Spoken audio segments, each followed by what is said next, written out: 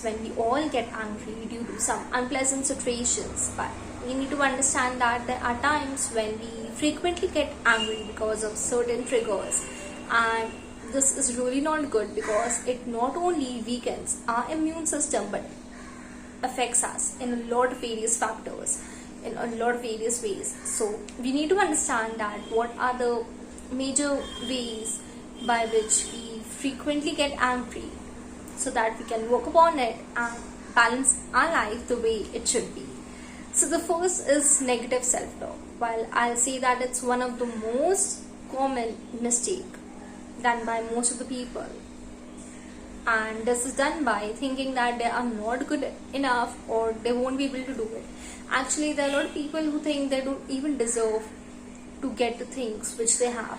Well, you need to understand that this negative self-talk won't affect you in the short term, but it leads to frustration which comes out later in the form of anger, which has its own consequences. So make sure you are positive about yourself, you appreciate yourself the way you are, and make sure you're happy even if you're not balancing things properly. Well, there are times when we just don't bother about what are the things to be done, that is, we just postpone it, or maybe we just avoid it, which later creates a chaos, and this chaos is something which leads to frustration, thereby making us angry because we're not able to balance everything. So make sure we plan out our day accordingly so that we can balance our day perfectly. Having patience. There are times when normal conversations turns into some conflictful situations or a debate-like situation, and people usually get angry or quite furious and they just overreact. Well, you need to understand that if somebody said something, well, you can classify that into two categories. The first is maybe it was your mistake, and if it is so, then you need to understand your mistake so that you can make sure you don't repeat it again.